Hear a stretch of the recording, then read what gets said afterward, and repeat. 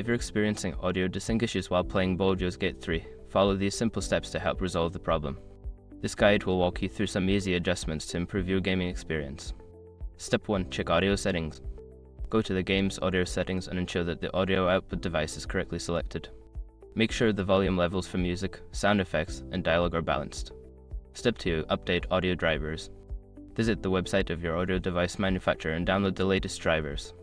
Keeping your audio drivers up to date can resolve compatibility issues that may cause desync. Step 3. Adjust in-game frame rate. Lower the in-game frame rate settings. Sometimes a high frame rate can lead to audio desync. Try setting it to a lower value to see if it improves synchronization. Step 4. Disable background applications. Close any unnecessary applications running in the background that may be using system resources. This can help free up processing power and reduce audio lag. Step 5. Verify game files. If you're playing through a platform like Steam, use the Verify Integrity of Game Files feature. This can fix any corrupted files that might be causing audio issues. By following these steps, you should be able to reduce or eliminate audio desync in Baldur's Gate 3. Enjoy your gaming experience.